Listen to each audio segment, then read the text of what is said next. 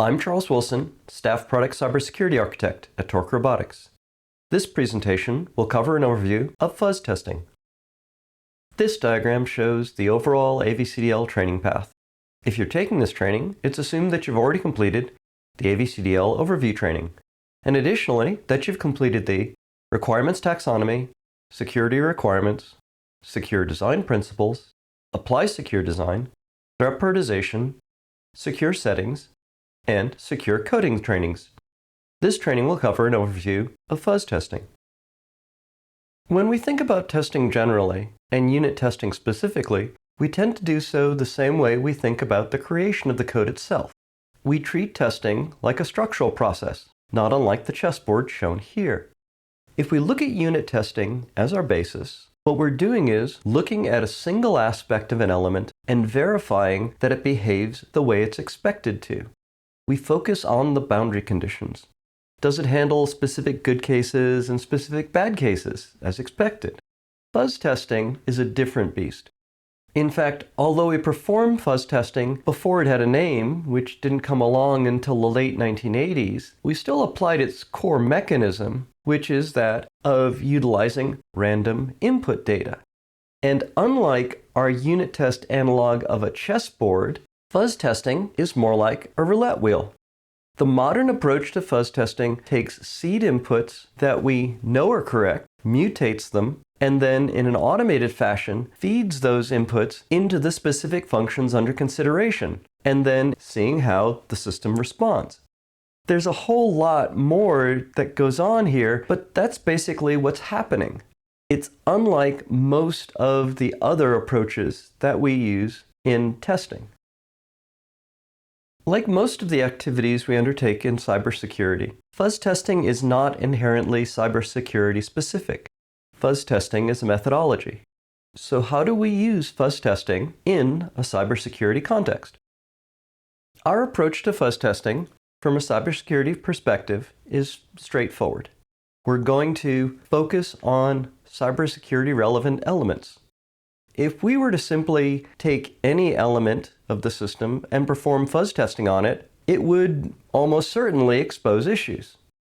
The vast majority of those issues, although valid, are not going to be cybersecurity relevant.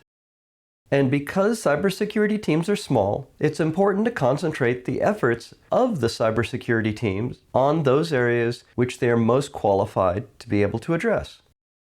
How do we establish which elements are cybersecurity relevant? We guide that by using the results of the attack surface analysis process. It's this analysis which identifies the system's cybersecurity relevant elements. With the background material out of the way, we'll now look at the workflow involved in the fuzz testing process and then examine each of its activities in turn. The workflow for performing the fuzz testing process is broken down into 4 discrete activities. These are establishing the cybersecurity relevant settings, creating the test, performing the test, and finally, conducting a triage of the issues identified as a result of the testing. Now let's turn our attention to each of the activities that go into the fuzz testing process. Our first activity in the fuzz testing process is that of establishing the settings we'll use. The development SME, fuzz testing SME, and DevOps SME take the element, the build file, and the fuzz testing framework documentation and establish a set of settings to be used for fuzz testing. These will be put into an updated build file and produce a security options qualifications report. If this diagram seems really information dense, that's because this is an encapsulation of the secure settings process. We're not going to cover that here because we have a separate training for that. As a general note, in the context of fuzz testing, we use this activity of settings establishment very loosely. It includes any modifications to the build environment needed to enable fuzz testing. This will be covered in greater detail in the fuzz testing establish settings procedure. As we're impacting the build, it's important to consider the execution time and footprint. The reason for this is that since fuzz testing is part of the test suite to be executed, it may be time-bounded. And so, it's important to consider how that time bounding will be impacted by the addition of fuzz testing. The same is true for the footprint. If you have instrumentation that's put into a test and attached to an element, regardless of what the scope of the element is, you may run into boundary conditions for the particular system the code is running on, and you have to be cognizant of that. Finally, whenever you're making changes to the build system, be sure to pre-flight the build to ensure that the pieces that you're modifying or tooling that you're adding doesn't break the build. Coming back to the secure settings process for a moment, here are some references to review for more detail. They are the Secure Settings Overview training video and the Secure Settings document secondary document. The next step in the fuzz testing process is to create the fuzz test. The fuzz testing SME and the DevOps SME take the updated build file and the element unit test, and using them, create an element fuzz test. It's important to emphasize that generally we're simply copying an existing unit test and modifying it to allow the fuzz testing framework to run against the element. Remember, our focus is specific to cybersecurity. As with all unit testing, keep the test scope small. In some cases, this activity may be fully automated. That's to say that given the build file with the updated build settings and knowledge about the element we're intending to fuzz test, it may be feasible to apply automation capable of using this information to generate fuzz tests. On the other hand, when there exists no unit test, one will need to be written. Either way, it's important to recognize that tests don't magic themselves into existence.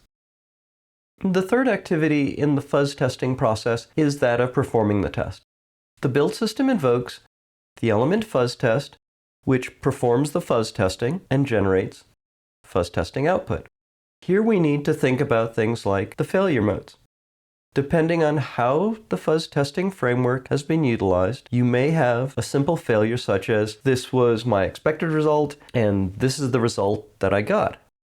There could be an exception thrown that the framework catches, or the application could simply crash.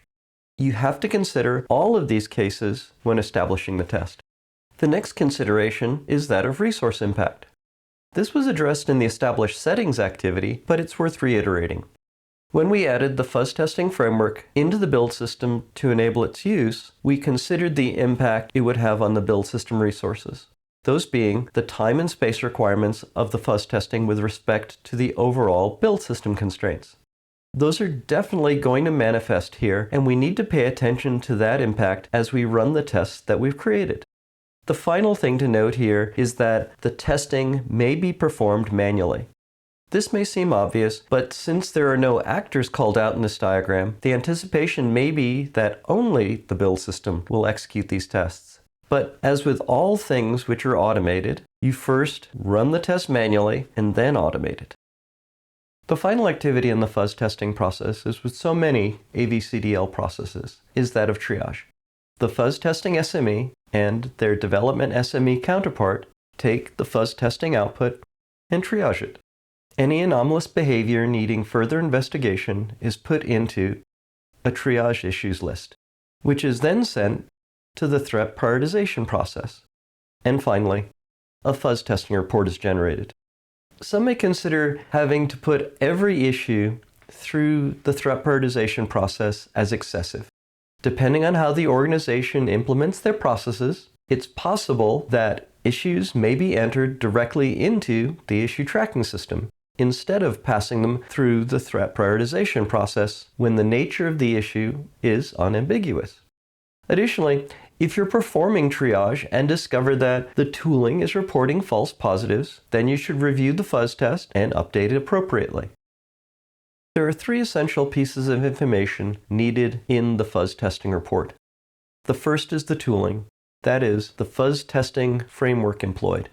This may seem non-essential, but consider that there's not just one fuzz testing report that will ever be generated. There are a multitude of them. And as this information progresses through the threat prioritization process and is entered into the issue tracking system, even as it's read, it's critical to know the specific tooling being used. This extends beyond just its name. There's a whole host of information needed to identify what was used to perform the analysis. The next thing to consider is the documentation of the element. You may have chosen the scope and conducted the testing based on that scope, but it's important that this be documented in a way which allows others to easily locate it. Finally, we have the results. Keep in mind that there may be only one issue depending on the failure modes in use. The takeaway is that we need to ensure that we're including all information necessary for someone to both replicate and resolve the issues. That's an overview of the process used in performing fuzz testing. Now let's review what we've covered. When we undertake fuzz testing, we want to first select and enable the tooling. Next, we build the test, keeping in mind that it needs to be cybersecurity focused. We then run the test, triage the results, and finally report the findings. For more information and to get a more in-depth set of references, the Fuzz Testing Report and Attack Surface Analysis Report secondary documents are available in the AVCDL GitHub repository. All AVCDL materials, both in source and distribution forms, are available on our GitHub site, as shown here. Because of the size of the repository, it's recommended that you either clone the repository or download a zip archive of it if you're not familiar with using Git. Instructions for downloading a zip archive are linked to on the repository's front page. Videos covering various aspects of the AVCDL are available on our YouTube channel, as shown here.